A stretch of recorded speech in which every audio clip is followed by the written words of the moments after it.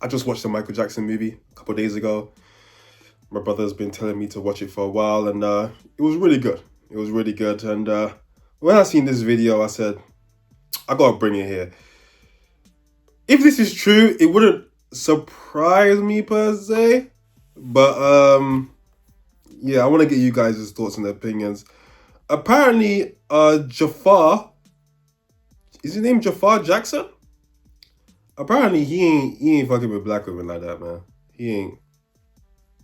Jafar Jackson does not date black women, and if you are a black woman, you have zero chance. Today I was scrolling when I saw this post that was posted by, I guess, somebody that may have known or had relations to somebody that went to school with him at some point. And in this post they said they knew him from a specific school, and so did so-and-so knew them from a specific school, and so did I, which is why, or how they knew that he was briefly dating Kendall Jenner when they were teenagers. And when I read that, I actually had a flashback of an article that I read back when I was in high school around that same time about the Jenners dating one of the Jacksons, like, kids, one of the brothers, you know. And now that it's all coming together, Jafar, it makes sense that it was Jafar. And then this part says, back then, I would always see him pay the black girls dust that would approach him, especially on social media. If it wasn't his relatives that were black girls, you would not get a word out of Jafar. And me being the bored teen that I was at the time, I wanted to find out why, since I had him on Facebook at the time. I knew how to arrange this. I made a catfish page with a random white girl from an old website called Photobucket and contacted him, which he responded immediately and started chatting with me to the point where it was an everyday thing. He had no clue it was me, and I eventually asked him what his preference was. I kid you not, this boy allegedly said everything but... It says right there. I don't know, y'all. This was news to me and definitely a shock. And it had come up right after I had seen him looking so great at the Met Gala, and I was like, woo, I'm so proud of him, whatever. But, you know, I mean, yikes. So I'm gonna be real, right? I don't really know what this is, but we see it online from a lot of women. They'll have this celebrity who, you know, comes out, doesn't like black women, or comes out and is married, or comes out and whatever the case is. And you have a bunch of, like, random women online upset, as if, like, they had a chance. And I don't know what that is. Is that, like, ego? I don't know what that is. It's so weird. You guys never had a chance anyway, because you're just not in the same circles. You will never ever see him or see people like this ever in your life, right? So you never had a chance. However, if this is true, it wouldn't really surprise me. The reason why I say it wouldn't surprise me is because a lot of the times these black people who, you know, they grow up rich, they don't really grow up around a lot of black people, especially in places like the UK and America, right? You grow up around a bunch of white women. You know, when you see these white women who grew up in the hood and all they like is black guys, because that's what they grew up around. So it doesn't really surprise me. Do I think it's right? Obviously not. Yeah, you guys never had a chance anyway. I'll be real. But speaking of this documentary, right? That nigga Joe Jackson, man, I hate that nigga. I hate Joe, bro. I want to fight Joe Jackson. I want to fight Joe Jackson. I'm pissed that he's dead. Right? The way he beat down Michael Jackson, not only physically, but mentally, emotionally, to the point where from the documentary, from the stories, Michael Jackson never stood up to him. Never stood up to him. That's a different type of, you know, normally you would think you get older, you become a man yourself. Oh, fuck that nigga, man. He never got to that point. Terrified of him his entire life. So I'm gonna let these two videos run and I'm gonna come back at the end. These celebrities, man, and these white women in particular, man, you just can't take them seriously. I'm sorry. Wearing a $1 bill over your eyes to call out the 1% while at an event that's exclusively for the 1%, as a member of the 1% yourself attending the $100,000 per person Met Gala, has to be one of the most tone-deaf acts of protest I have ever fucking seen. Right? Over 60% of Americans live paycheck to paycheck. They struggle paying rent, groceries, basic human necessities. These motherfuckers live in an alternate universe. And it was sponsored by billionaire Jeff Bezos, by the way, where Amazon just rolled out 1 hour shipping in over 100 different cities. How about instead of 1 hour shipping, you give your employees 1 hour lunch breaks so they don't have to pee in bottles? How about you give them a shred of dignity? Pay them a livable wage. This event was already insufferable when the world wasn't blatantly on fire. Now it just looks deranged. Meat is inherently wrong. Two things cannot coincide. I love animals. I love all animals so much, and I eat meat. You can't do both. Sorry. You can't say you love the environment, but drive a car. You can't say you love animals, but then kill bugs in your house. You can't say you support small businesses and then buy things off Amazon. You can't say you're a good person, but then also be a multimillionaire. You can't say that you have morals, but then benefit from capitalism. I think we see the theme that I'm going for here. Now, to be fair, listen, she made this video, like the whole point of it was for it to be a hot take. Like this, oversimplify it. You can still obviously value animal welfare, but still eat meat. It's like you can sit there and care about the environment while also participating in things like pollution. I'm sure the multimillionaire Billie Eilish has flown on a private jet before. Wouldn't argue that that's the safest for the environment. Humans as individuals, we have quite an interesting relationship with animals. Obviously have some that we're going to form a companionship for. We have some that we're going to consume. The way that we go about it being ethical is the way that we source it. Think about animals doesn't mean completely avoiding it at all. It just means the fact that sometimes you might reduce the amount of harm that we're doing to have to do the practice. The same way we could want to drive a car and we could reduce the emissions and things like that so that we're not polluting the environment to the highest extent, but we're still getting our needs met by being able to have a fast transportation vehicle. You can love an animal by hoping that it's treated well and obviously caring for it. Also, in my opinion, accepting that it is okay for humans to have to eat some animals. That is just how the world is going to work. But that's just my opinion. But hey, what do you think? From a young age, my mum told me not to idolize celebrities. She told me not to fall in love with like their personal life. Don't get involved in their personal life, because oftentimes you'll find that these people in their personal life are, they're kind of weird and they do weird shit, right? So my favorite artists, growing up, Michael Jackson, obviously. But in my teens, the Migos, favorite artists, I don't know their real names to this day. Never researched it. Don't care. For example, right? I love the music. That's it. And that's how I am, and that's how I'll always be. I remember when the whole Shut Up and Dribble thing came out. And I was back home in Grenada, and it was on ESPN. And people were going crazy, and people were, and at the time, I didn't know about politics. I was a kid, right? The older I get, I'm like, yeah. To a large extent, I agree. Because there's no Muhammad Ali's anymore. There's none of these guys anymore. They don't exist. The athlete who's also woke, but he's locked in. He's smart. He knows what he's talking about. These people are idiots. These people they're genuinely dumb, right? So when I see these celebrities come out and they try to be political, I'm just like, bro, just do your job, do what you're good at, and that's it. We don't want to hear. We don't need to hear nothing from you because you're not locked in. You're just good at music, and that's okay, man. Look at your life. Look what you've done. But that's what you're good at. All this extra shit, this politics shit, this like thinking is just not for you guys, man. Just think about those lyrics. Think about those scripts. Think about shooting. Think about how many shots you need to take. You know what I'm saying? And just keep it like that. I want to hear LeBron James speak. I don't want to hear LeBron James speak. I want to hear LeBron James speak about politics. I really, really don't. Okay? Because he's not going to speak out against certain people because they pay him. So just do what you're good at. And that's not just about LeBron James. I'm going to put him with LeBron James. That's just in general. And so the thing about dating with my afro is that I actually haven't done it yet. Yeah.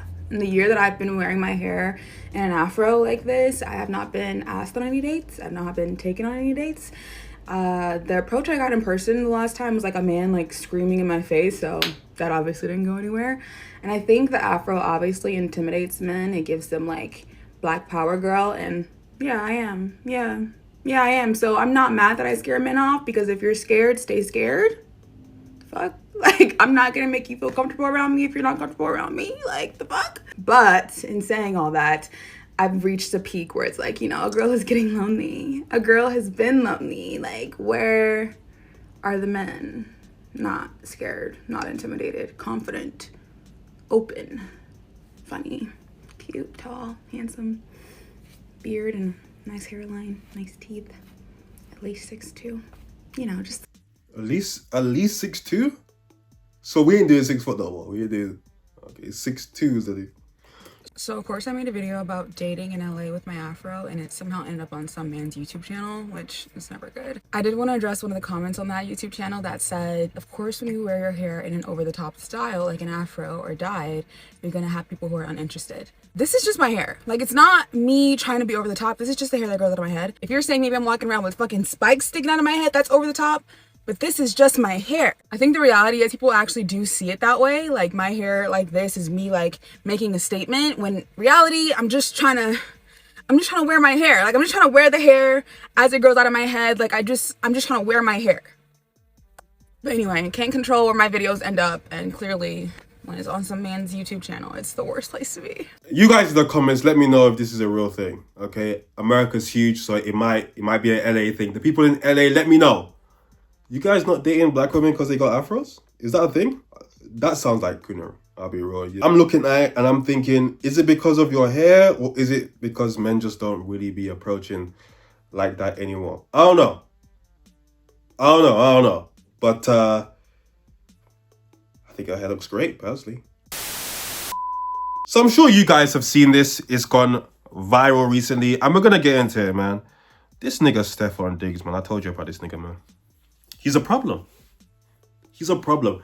And I have to bring up Cardi B here. The fact that Cardi B is with this guy, she went from Offset to this guy. I just can't understand. I just can't understand it, man. Outside of the fact that she doesn't respect herself, or she doesn't, you know, I don't know. All the men in the world that you pick Stefon Diggs, this nigga is busting down every woman on his staff. He literally can't keep his dick in his pants. He can't keep his dick in his pants, okay? So, obviously, he has a chef busting her down, man. Crip, you know what I'm saying? He has to, you know what I'm saying? His chef has a whole BBL. Why does your chef have a BBL? It doesn't make any sense, okay? But apparently she got jealous. You know what I'm saying? He was busting her down. She was a living chef as well. And she made up some lies that she was getting abused or she got hit or something. Took him to court. He beat the case. But look, this is what promiscuity gets you, man.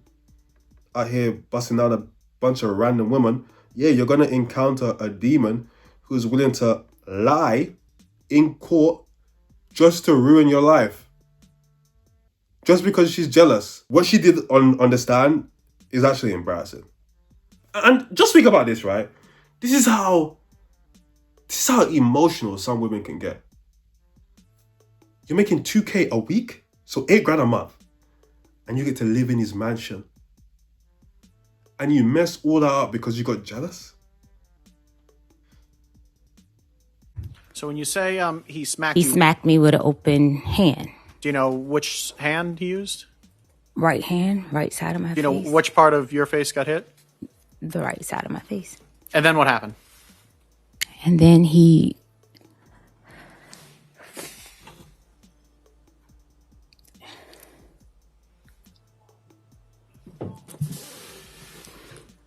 Can I have a second? Can I have a second? Yes, you can. Yeah, you can take a minute. All the time she's thinking about the story. All the time surely you were... but, you know, forget it.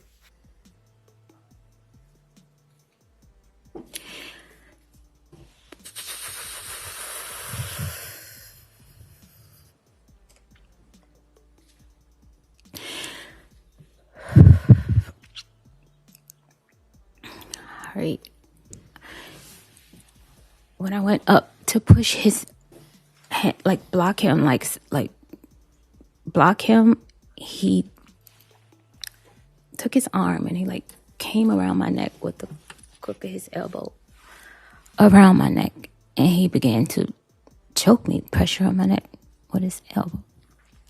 When you were asked questions about what happened on December 2nd, you lied. It did not change what happened on December 2nd. It did not change what happened on December 2nd. He choked and slapped me.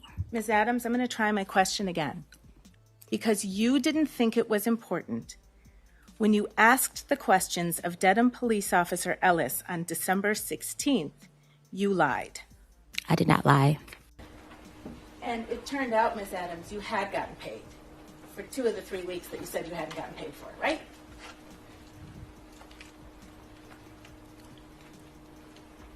This is missing a whole lot of stuff. The yes or no question. I can't answer your question correctly without the proper evidence. Your Honor, may I approach? Read it.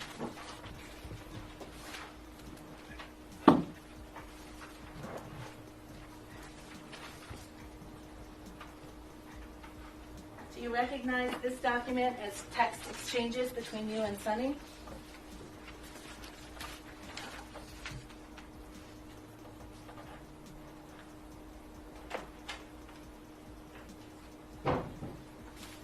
Yes. Dated December 9, 2025? Yes. And you're the person in the bubbles on the left? Yes. And you write to Sonny, hey, so I looked over my transfers, payment history, and they sent payments, 11/7 and 11/21, totaling $4,000. See that? Yes. So you knew that you had actually been paid for 2 of those 3 weeks that you tried to get paid for again, right? What's your name? I never got your name. Did you know I that don't you know. had I was trying to address. What? Ooh, why do you even know her name? Look at this heathen, man. Jesus Christ. Address you by your name because I'm not this. I don't know. I can't answer that question correctly. You knew on December 9th that you had been paid for 2 of the 3 weeks you said you hadn't been paid for, didn't you? I don't understand the question. You just acknowledged you wrote it to Sonny. I was supposed to be paid for the week I was sent home. Okay. So I sent the incorrect amount because I didn't know he wasn't paying me for that week. Right, so you sought $6,000 instead of $2,000. That's my calculations was. Right. And so that last week, that was a week you didn't work, right? Because I was sent home. Right, so you weren't in the kitchen cooking. Mr. Diggs sent me home because he had girls at the house. Whatever you're going to add should is be not paid. responsive, Your Honor. Yes. Do you understand the question you're being asked? I don't understand. Her question. Answer to Ms. Stewart's question. All right? This was allegedly her after she was brutally assaulted.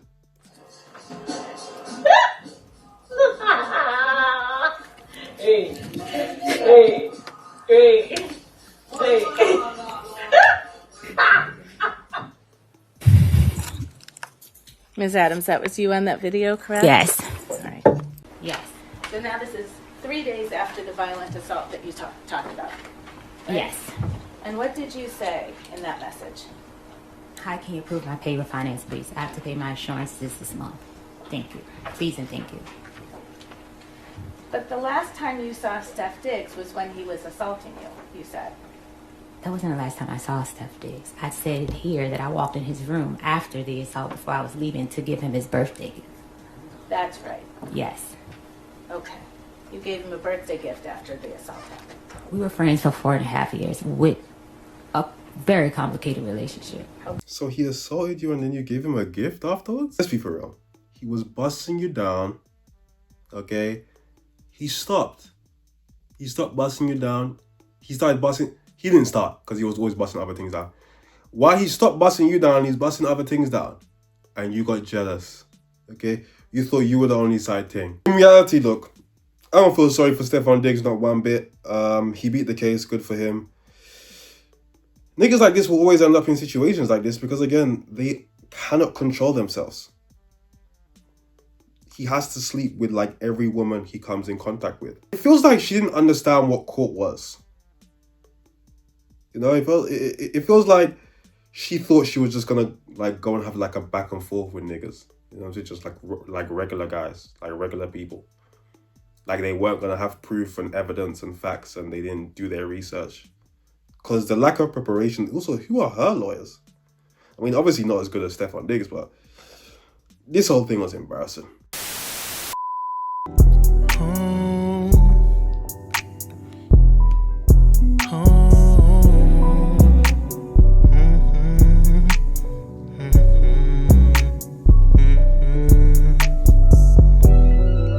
This liquor got me in my zone. Now I'm blowing up your phone. Blowing weed, smoking the ozone. I just can't let this go. This liquor got me in my zone. Now I'm blowing up your phone. Blowing weed, smoking the ozone.